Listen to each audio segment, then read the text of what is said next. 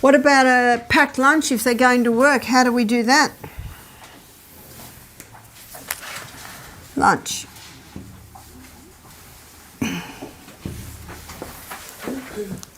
What could be a packed lunch? Because we want to have the main meal at lunchtime.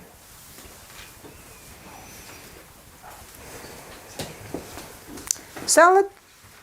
Yep.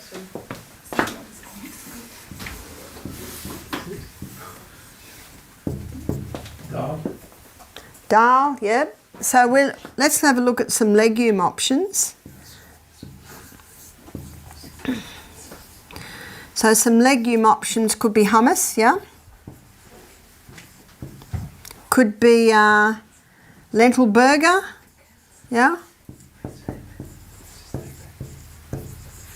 So we're looking at something that can be done at lunchtime. Now the dressings, we've just been talking about dressings, and we talked about a lemon, oil, put a bit of tahini in it, makes it creamy. So you've got a crushed garlic, you've got a nice creamy dressing there. If it's too thick, you just put a bit of water in. Makes it delicious dressing.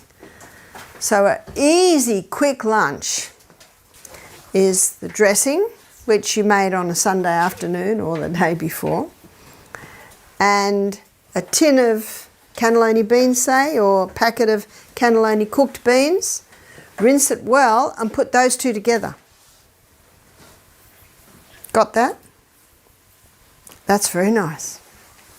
Like and that's beans. very, very simple. It's just beans with a nice creamy savoury sauce.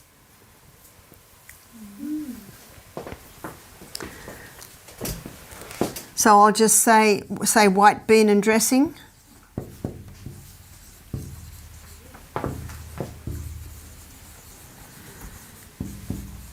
There's something else, is marinated tofu.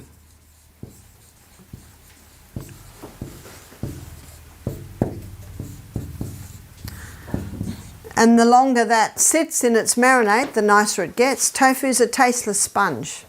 You've got to do something to it. So what would you make the marinade out of? Lemon, oil, maybe crushed garlic, maybe a little grated ginger, salt, maybe a little miso in that. Sitting in that makes it very nice. I had something very nice at one time. It is from a man who grew up in Egypt. It was a can of red beans and a little can of concentrated tomato puree, but I don't know if you would like to use it, with some, he was sauteing some onions and a bit of garlic and put all together. And it was, and this he put on a piece of bread. Then is it good to have gluten-free bread? If you can get a nice one. Yeah. It's a bit hard to find a nice one. Yeah. A lot of gluten-free breads aren't very nice. Yeah. So sometimes you're better to use rye crackers, Okay. something like that. Yeah. And that's certainly something that they might put in crackers. Again, you've got to read your labels, make sure there's no sugar in there. I found something and I travel with them all the time. They're called Fin Crisps. Yeah. And they're a rye cracker. Yeah. And I travel with them, so if there's not much, I can have Fin Crisps with avocado. That's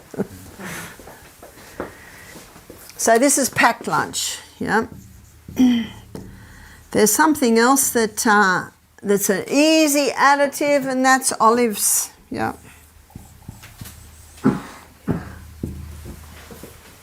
Something else that can be added to a packed lunch is some baked sweet potato or pumpkin from yesterday. So when the meal's being made, do a bit of extra baked sweet potato, baked pumpkin, and they're nice cold. So we want a lunch that's nourishing. So where are we with our fibre? Everything's got fibre. Where are we with our protein? There's a nice selection of proteins there. Our fats, most of these have a bit, you know, your marinades have a bit of oil, a dressing has a bit of oil. The hummus has tahini and maybe a little olive oil in it. Got some oil in your olives.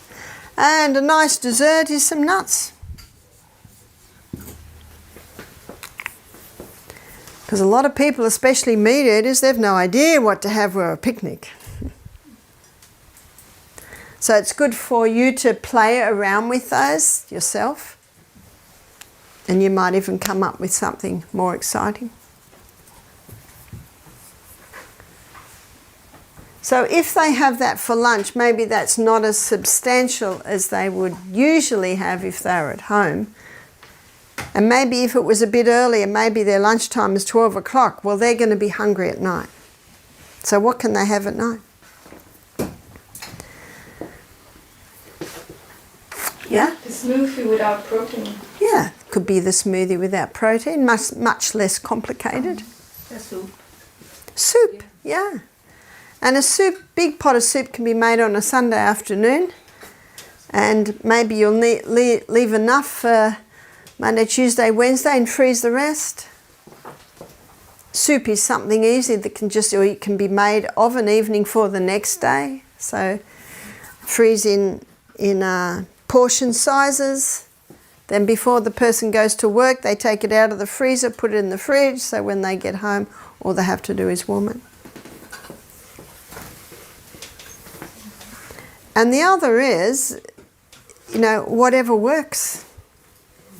They might find that they don't need anything at night. Maybe that's substantial, especially if they had lunch at 1 or 2 o'clock. That will usually take them the distance. But let's say it's a diabetic and it's 7 o'clock at night and they're hungry and they haven't got any ingredients for a smoothie. What would be good light evening meal? Almond milk or something like this. Pardon? Almond milk. Maybe a glass of the almond milk or an avocado. Or a couple, a few thin crisps with avocado and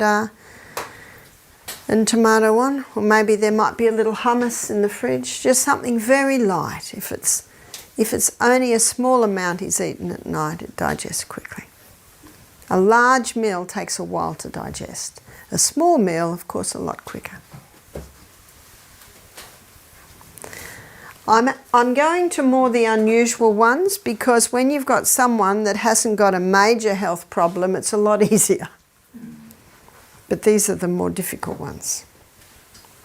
That would be great for your person with cancer. That would be great for your diabetic. Would be great for the person that wants to lose weight. Would be great for the person that's got a yeast presence. And remember, a sign that a person has a yeast presence is their tongue. Have you looked at your tongue in the mirror yet? It should be pink from the tip to the back. If it's got a white coat and you can scrape it off, that's usually just, waste coming out of the tongue. But if you can't scrape it off, they're little fungus buds. So the tongue is quite a good guide. But yeast presence usually manifests itself, manifest itself in sinus problems, rashes, tinea, which is like itchy between the toes, also in the private parts. In Australia they call it thrush. So with a woman, with a man, they call it jock itch, so, around that area. So anyone that has any of those symptoms, they're best to go on a antifungal diet, which is very, very low sweet. And also at the same time taking some herbs. Some herbs that will kill off the fungus. Remember, you alternate them every 2 weeks. Might be garlic. Might be oregano essential oil that you start very slowly with.